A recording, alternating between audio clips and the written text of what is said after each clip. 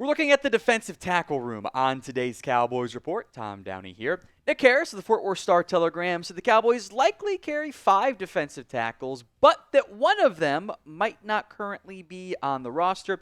Here's what Harris wrote as part of his defensive tackle depth chart series he's doing over at Star-Telegram. Says, while it's expected that 5 defensive tackles will make the roster, that could factor in veterans that typically decide to sign after training camp at that defensive tackle spot. If the Cowboys carry 5, in my predictions, I've only had them carrying 4 because, well, simply put, I don't like the depth. I don't think the depth at this defensive tackle spot is good enough. I don't like the way it is constructed overall. I think they are profoundly thin at that spot. Right now, they've got 7 guys on the roster. Osa Odighizuwa, Mazi Smith, Solomon Thomas, Joia, Perrion Winfrey, Denzel Daxon, Tommy Akingbesote. We'll discuss all of those guys, but I don't think it's a very good room overall. In fact, outside of your top 3 players, those last 4 guys, since the 2023 season started, have played a combined 13 snaps. You've got 3 guys that are going to make this roster. And then the 4th spot, Joia is a 7th-round pick. I like him, but this is a complete unknown in terms of what they actually are as NFL players, and the pads haven't even been on at training camp or at minicamp, OTAs yet. Camp hasn't started yet. We don't really know what they are. Like, awesome, Joia got some first-team reps. Good. I like that. I think he could be a good player. It's think. I don't know. Especially at nose guard, by the way. At nose guard, again, this is just Mazi Smith and the Funky Bunch. Like, aren't we doing the exact same thing the Cowboys did last year? Where it was, okay, Osa's our 3-technique sweep, but at nose guard, we're going to have Mazi Smith and 7th rounders and UDFAs, and oh shoot, let's go sign somebody in August. It's the exact same thing we're doing. So yes, I want nose guard help. I don't think you're good enough there at all for a team that has had issues stopping the run. I question if you are good enough. So do you agree? Do you think the Cowboys need to add another defensive tackle? Y for yes, N for no. Sound off in the comments section of today's show. As part of this piece for the Star-Telegram, Nick Harris mentioned 3 safe defensive tackles, guys who are going to be on the team. Osa Odighizuwa, Mazi Smith, Solomon Thomas. I don't think we need to spend much time on them because they're going to be on the team. The bubble candidates then are Joia and Perrion Winfrey per Harris, which I think is pretty fair. These are 2 very different players. Like, you could not find, I'm sure you could, extreme examples, but these are very different archetypes. Joia's a nose guard. He showed some pressure flashes last year. 25 tackles, 2 TFLs, a sack, 19 pressures, but he's like 340 pounds. Like, as it sits right now, I would have him as my number 4 defensive tackle. And honestly, that's in part because I don't have a lot else to offer at nose guard. I don't have guys that I think fit that mold well enough. Here are the listed weights per the Cowboys official website, which, sometimes they're lying, let's be honest there. Joia's at 342. All right, Mazi Smith was 337, but he also at one point was below 300. That was a weird situation, but he's added some weight there. Akingbesote's 306. Denzel Daxon's 304. That's like not really nose guard. That's not fatties only, Perrion Winfrey's 290. Osa's 280. He might have added a little bit more weight. Solomon Thomas is listed at 256. I'm 99% sure he is significantly heavier right now. Like, I'm talking like 20 pounds heavier. He was 273 coming out of Stanford. So at the combine, I think he's going to be in the 270s, 280s. But again, he's not a run stopper. Who on this group do you feel confident is a great run stopper? Nobody, right? That's not Osa's game. Hopefully he's better this year, but he's not an elite run stopper. Perrion Winfrey is not a run stopper. He's a 3-technique. That's what he is. He's more disruptive, which isn't a bad thing. He's also coming off of a UFL campaign. We'll see if he even makes the roster. If he's your 5th, I still have big-time questions about your nose guard room. Now, today's show is made possible by Chubbies. The summer is here, and it means it is officially time to let the dogs out. And by the dogs, we mean your legs. If your pups have been stuck in jeans or sweats the last few months, set them free with the original stretch shorts, the performance polo, and or the classic lined swim trunks. I am a big fan of the performance polo as well. Even though you think Chubbies, you think shorts. The polos are awesome too. brunch, backyard party, golf course, whatever it is, Chubby's has you covered.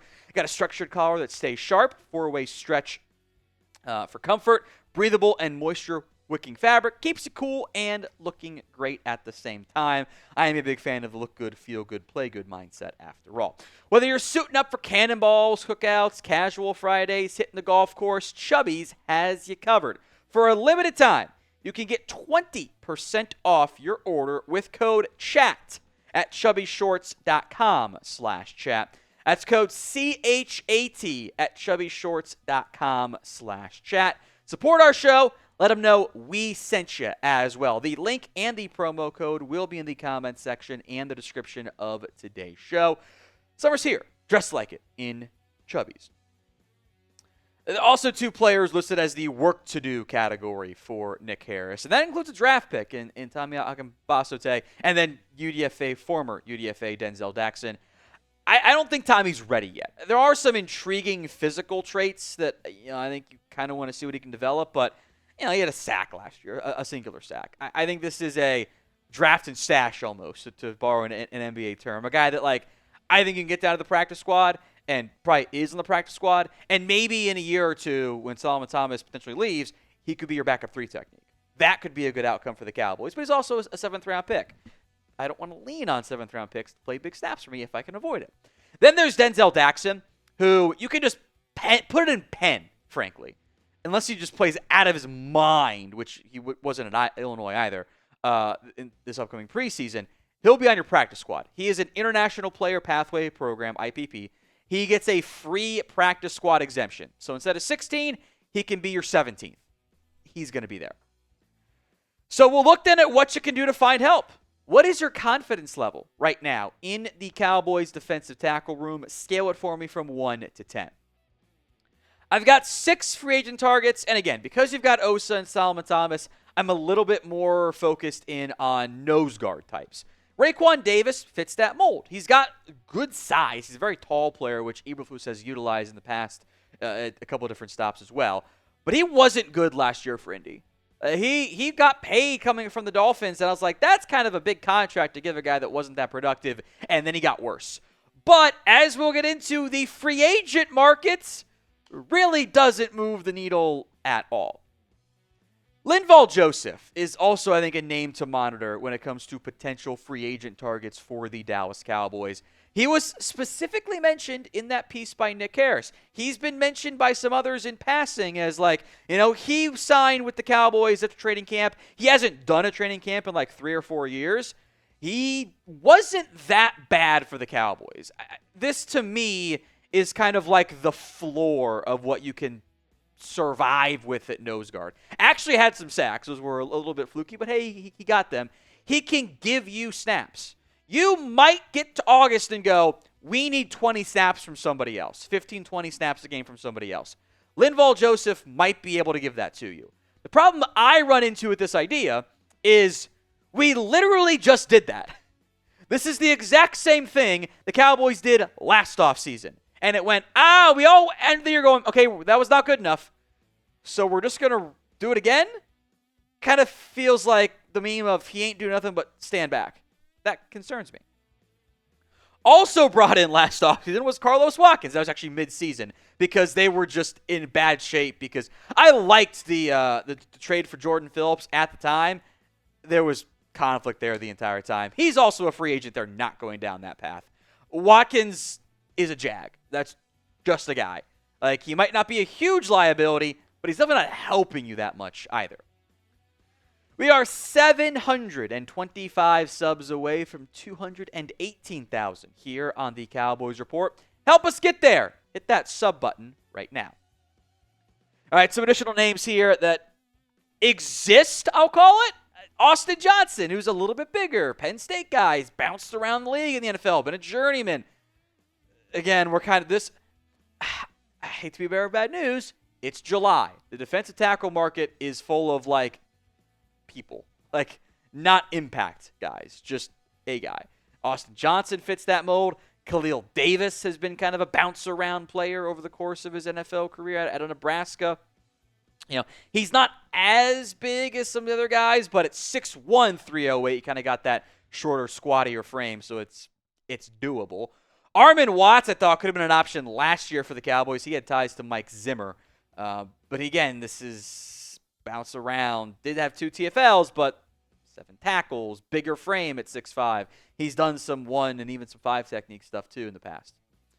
We'll talk trade targets here next, but name a defensive tackle who you want the Cowboys to add. I know there are some big names at DT that you might think you can get, but I'm not as confident on that.